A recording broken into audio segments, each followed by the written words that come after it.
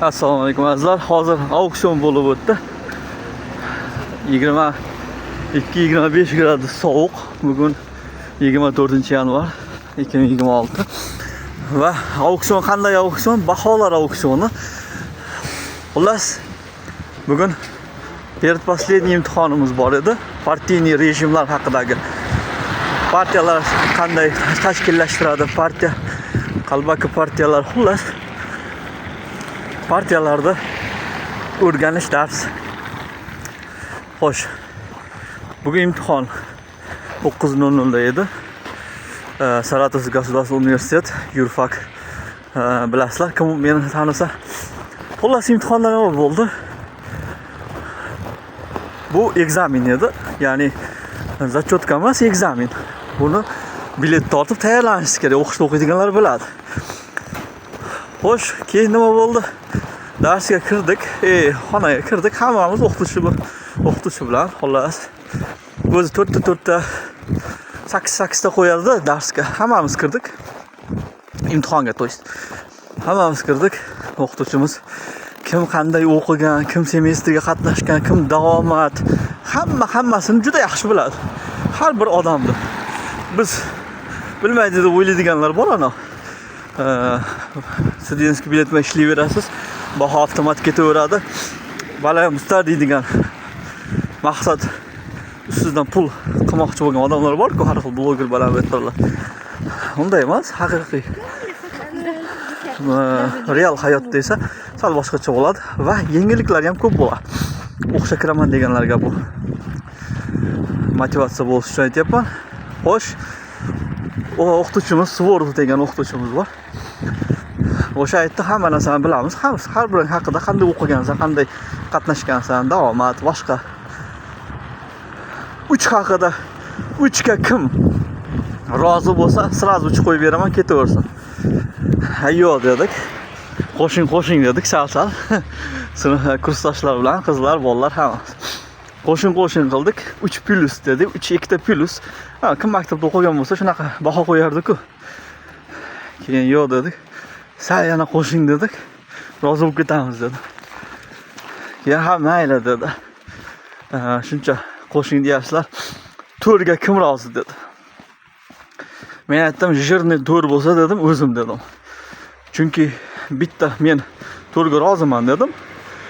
5000 ga kerak emas dedim va men stipendiya olmaganim uchun, kontraktda o'qiganim uchun 5000 ga 4 mi farq bermaydi.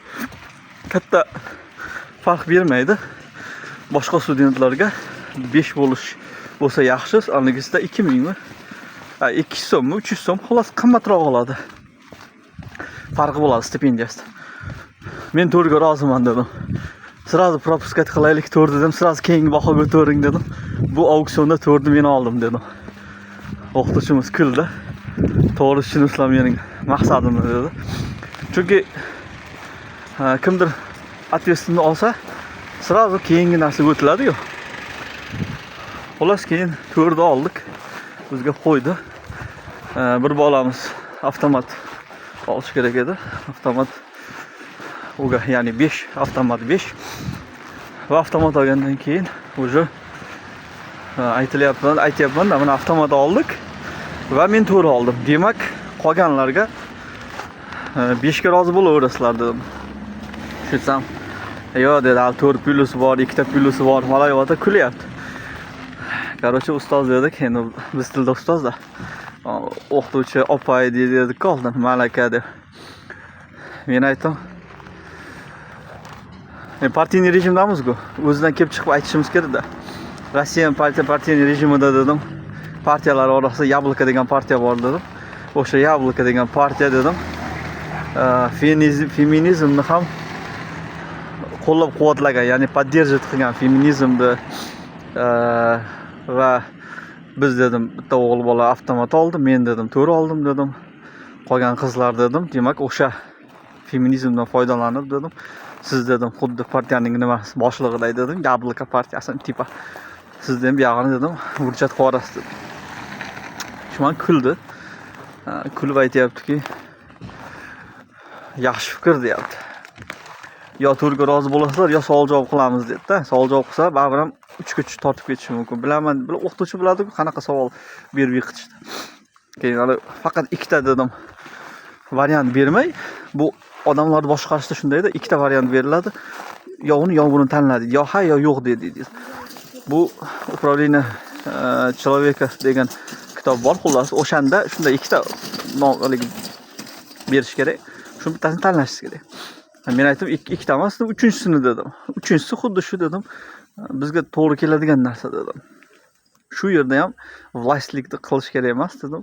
Keyin men endi uni hazil tariqasida ma'nosida aytib, kulib, o'qituvchi kuldida, keyin men aytdim, ikkita qo'limni ko'tardimda, ya'ni patay qiling deganda kulyapti. O'sha biladi, bizning tradisiyalarimizni biladi-ku.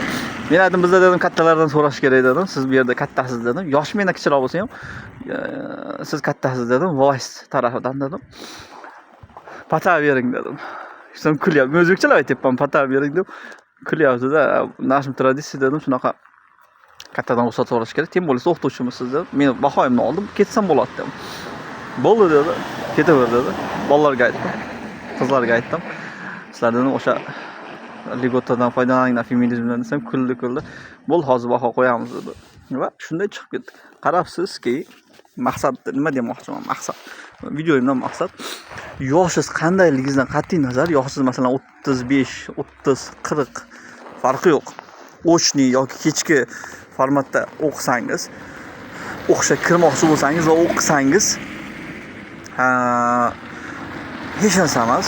Imtihonlardan, boshqalardan sizning yoshingizning kattaligi hurmati ham qandaydir ball egalladi. Shuning uchun qo'rqmash kerak. Ochniga, kechki ta'limga kirishga qo'rqmash kerak. Imtihonlardan umuman qo'rqmash kerak. Ozgina tayyorlanasiz, ozgina qaytarasiz va asosan o'qituvchilar darsda imtihon savol javoblarini oldindan jo'natishi mumkin startga va ya'ni shunday bo'lishi mumkin degan. Va o'shalarga tayyorlanasiz. 15-20 bu hozir bizda 17 ta savol bo'lgan ekan. Hammasini bir o'qisangiz, o'qigan narsamiz. Shu bilan o'tib ketasiz imtihonlardan. Zachotlar osonroq bo'ladi. Zachotlarga o'zi avtomatik 3 yo 4 qo'yib beradi.